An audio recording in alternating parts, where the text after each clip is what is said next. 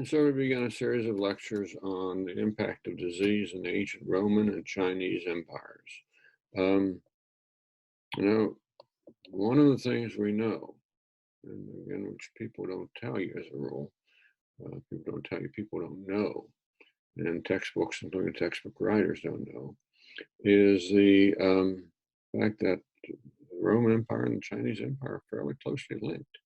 It's not something that exactly shows up everywhere, but there's no question that there's a great deal of trade between the Romans and the Chinese.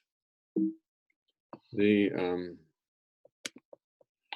now the plagues that decimated, and that's probably the right word, the Roman Empire, starting about 165.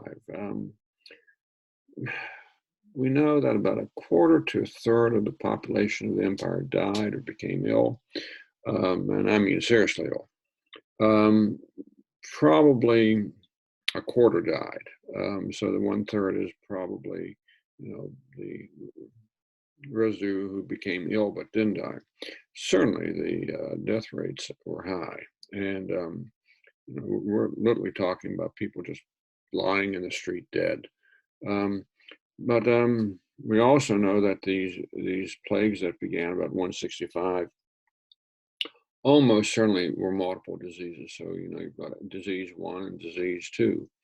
Um, uh, Almost certainly they came from a common source. I think the evidence is fairly clear. It's not 100%. It's not 100%, but it's the timing and the places where it broke out and things like that suggest very strongly that it came from the Chinese empire.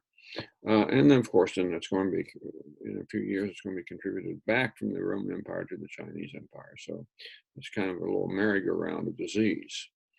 Another issue that's going to come, and I'll talk about this a fair amount, is the fact that you've got some real climate problems here. Now, you got to be careful about what you say here. Right here is and it's about the right time.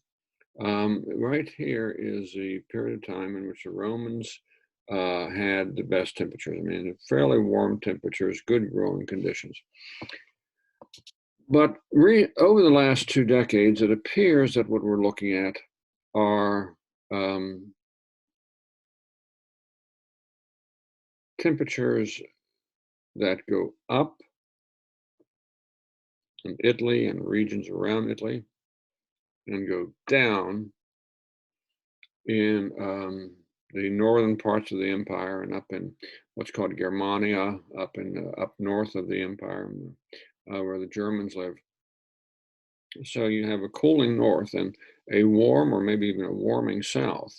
And up in the north, this is going to cause real problems because, of course, you can only grow so much food if your temperature is dropping and if the weather's getting too much, if you're getting too much precipitation. And so as a result, you're going to have some very hungry tribes pushing down on the northern end of the Roman Empire. So, but anyway, to think of this as being like during the warm period of the Roman warm period, to think of this as being completely around the world is probably incorrect. What does seem to happen though is we've got kind of this rolling effect where some parts become warm, some parts become cold, and it creates some real pressure as people flee the cold and try to move into, well, at least try to get the food and some plunder. Nothing wrong with plunder, and some food from the warmer parts of the empire.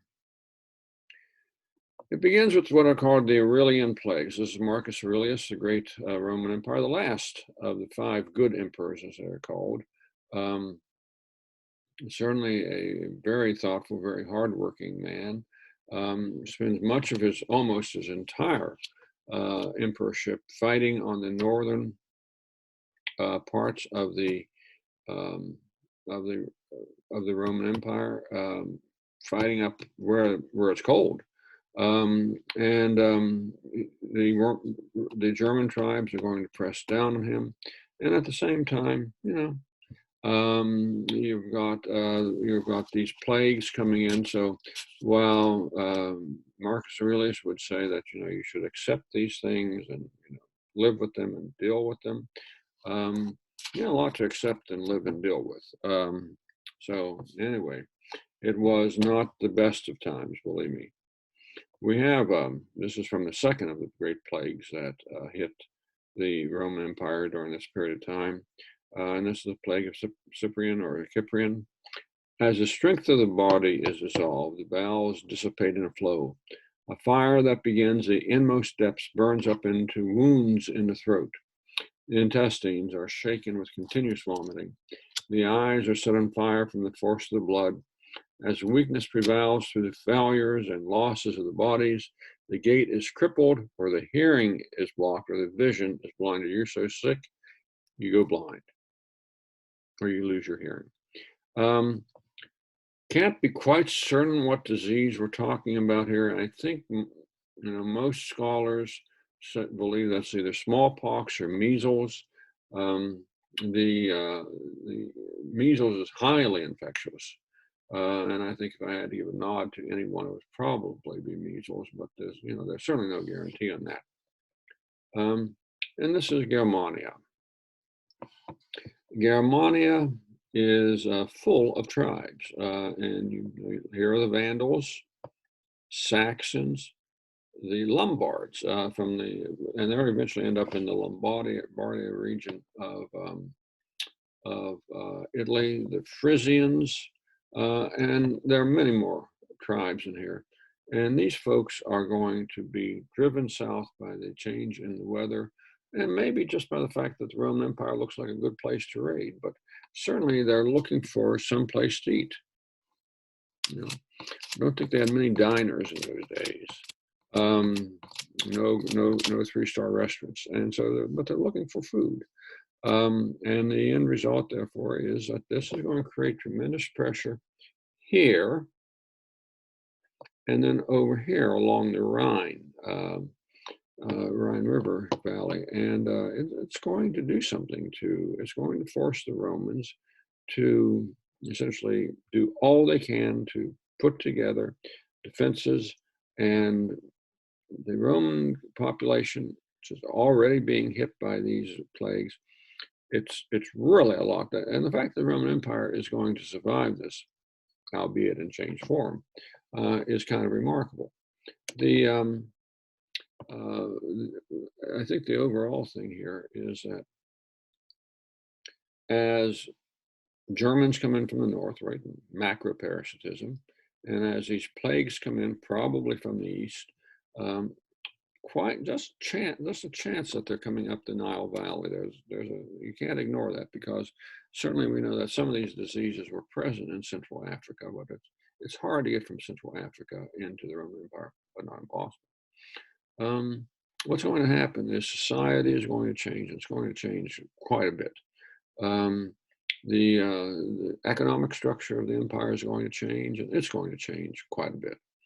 The politics is the political world is going to change. I mean, Rome, although it had an emperor, it also had some of the remains of the ideas and ideal of the republic. So the idea of having an emperor who had unmeasured power is not going to be in place yet. But what's going to happen is you pretty soon are going to have an emperor who is really truly a dictator, and it's all going to arise out of this period of macro-parasitism, that is the Germans, and micro-parasitism, that is these two terrible plagues, plus other plagues. There's not two. A number of plagues sweep through the Roman Empire. And it's going to leave people, particularly people who live in cities, quite dead. Since your intellectuals and your bureaucrats and other people who manage things live in cities, it's going to wipe out a great deal of your leading population.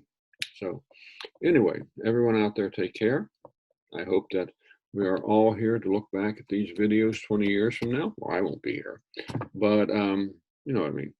And everybody take care, and I'll talk to you later. Bye.